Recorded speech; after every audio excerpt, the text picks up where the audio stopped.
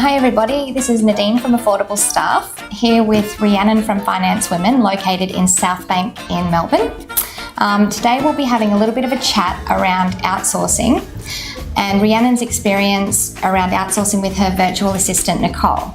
Rhiannon, would you like to tell us a little bit about Finance Women? Thanks, Nadine. So Finance Women is a financial planning, education and coaching service specifically for women.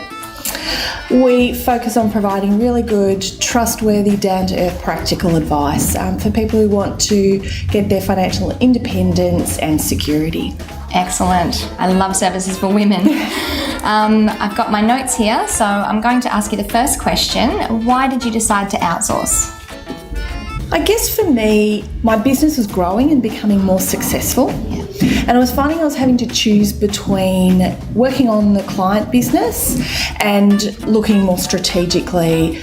And I found that it came to a crunch point where I had one light bulb moment where I was looking at I was trying to do a piece of work for a client and it had been about a week that I had struggled to get to it. I sat down finally to do this piece of work and found that unfortunately I'd forgotten to send the critical piece of paperwork, which set me back down another week. Yeah. And what I discovered at that point was that if I had somebody whose sole job it was to cross the I's and dot the T's, or the other way around. Dot the I's and cross the T's. Dot some I's, cross some T's. Right. Yeah. That I would be able to deliver much better outcomes to my clients, and I would also be able to do the business strategic work that I needed to do. Okay, so essentially having somebody that can help you with a little bit of admin can buy you the time to work on the return on investment tasks within your own business. Absolutely. Keeps me honest and I know that things are getting done properly. Awesome. Have you found that trust is a little bit of an important factor when it comes to outsourcing? Oh, absolutely. Trust in your virtual assistant is very, very critical. Yeah. You need to make sure that they are reliable, that they will speak up when they don't understand a task, but you also got a really good, warm and open relationship with them. That's really, really important. I think trust also with the outsourcing company is absolutely critical. It's important that you know that they're going to be there when you need them, and work with you when things go wrong, as things do from time to time, and that you've got people who really understand your business and prepared to work with you, which you have been. We do. Absolutely. Excellent. So initially, why did you choose us? Look, I interviewed possibly close to a dozen different outsourcing companies. I didn't know that. Yeah, there we go. And at first, I wasn't exactly sure what it was that I was looking for. Yeah. But I found I was really impressed by the time you took to make things work for me. Yeah. I had a lot of confidence in how you set things up, and making sure that it was done well, but flexibly enough to meet my needs. Because I needed something that was slightly different perhaps from the average, though possibly everybody thinks that they are unique. But you were quite happy to accommodate those things, and that was really very, very important to me. Yeah, I do believe that, working with clients, it's not a template. It should be customised to have a virtual assistant work in the business the way that the client would like their business to be worked in. Yeah. So have you found any limitations, in outsourcing, or what are the limitations that you found? I think there'd be two, really. One is Nicole can't make me a cup of coffee. She could order me one, but she can't get me a cup of coffee. The second is the filing. Nobody likes that. No. So physical filing is obviously a challenge. Yeah. However, while it's painful, I think it's been a godsend not being able to do physical filing. It's meant we've had to become really innovative in how we've gone about our processes. Paperless. paperless. And anyone who's tried to go paperless knows how difficult that can be.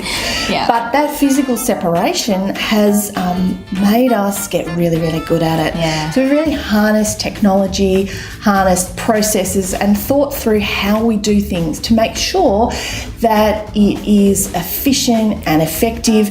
And I think the outcomes are actually a lot better than if I had somebody physically with me. Yeah.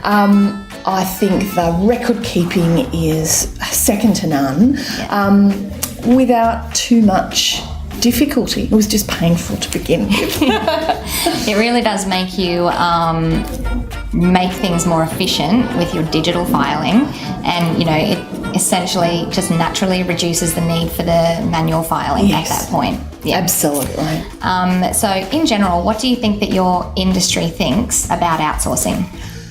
I think we've warmed up to it over the years. I think when I first started in the industry, we were just starting to think about specialising in terms of different tasks. So financial planners traditionally had done everything, with perhaps a secretary doing a piece. Yeah. Then maybe a little over a decade ago, we started thinking about how we should separate out the tasks. Okay. Like admin versus client work versus technical support. Yeah. And I think now I'm hearing amongst my peers and colleagues increased preparedness to think about outsourcing in terms of that admin work.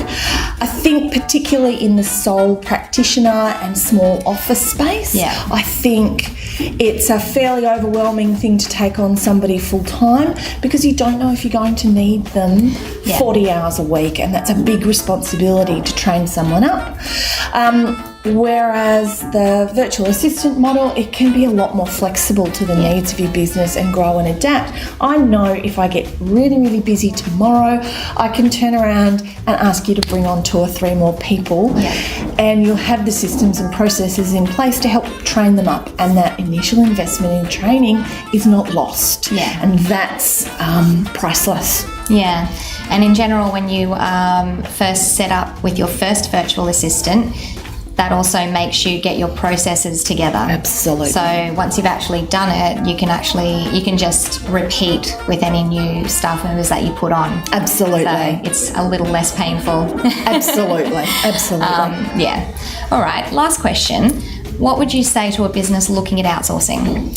Okay, well, I've got 2 pieces of advice. The first piece of advice is a piece of advice somebody gave me when I was just starting to understand that virtual assistants existed. And the thing they said to me was, don't necessarily jump with the first people you meet. Take the time to interview more than one provider. And I'll be honest, I'm so glad I did. You guys were not the first ones that I picked up the phone to, and the first people I'm sure would have been fine. But actually finding that fit was really, really important and helped me understand what it is I needed and wanted from the company. And the second thing I would say is, it's hard when you first start bringing on a VA to understand what it is that they could do for you and how they could work for you. So what I did was I wrote down a list of everything I had to do on a day-to-day basis and really challenged myself to say, what could somebody else do if I trained them appropriately?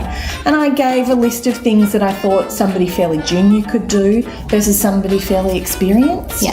And that gave me scope to realise there was a lot of things that I could outsource if done and trained and monitored appropriately that would really help me. And any staff member that you put on, whether that staff member's here in Australia or in the Philippines, like our staff, you still have to have some level of training in order to get them to do the work in your business that you require to be done in the manner you require it to be done. So, I think that's some really good advice. And just in general, I think anyone looking at outsourcing and talking to multiple companies, make sure that the security is, right, because you must have an in-country entity in order for a non-disclosure agreement or an employment agreement to be anywhere near enforceable.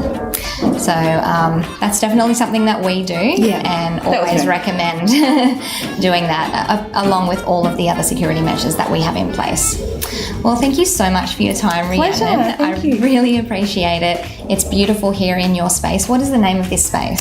This is One Roof. It's a co-working space specifically for women. So it's a really lovely place to be doing business and a very encouraging environment for female entrepreneurs. Yeah. So welcome. Thank you. I love it. That's it from me. Anything else you wanted to add? No, I think that's it. Thank you very much. It's been a pleasure doing business with you, and I expect that will be so for many years to come. I love it. Thank you. My trusty assistant, Damien, can now turn off the cameras.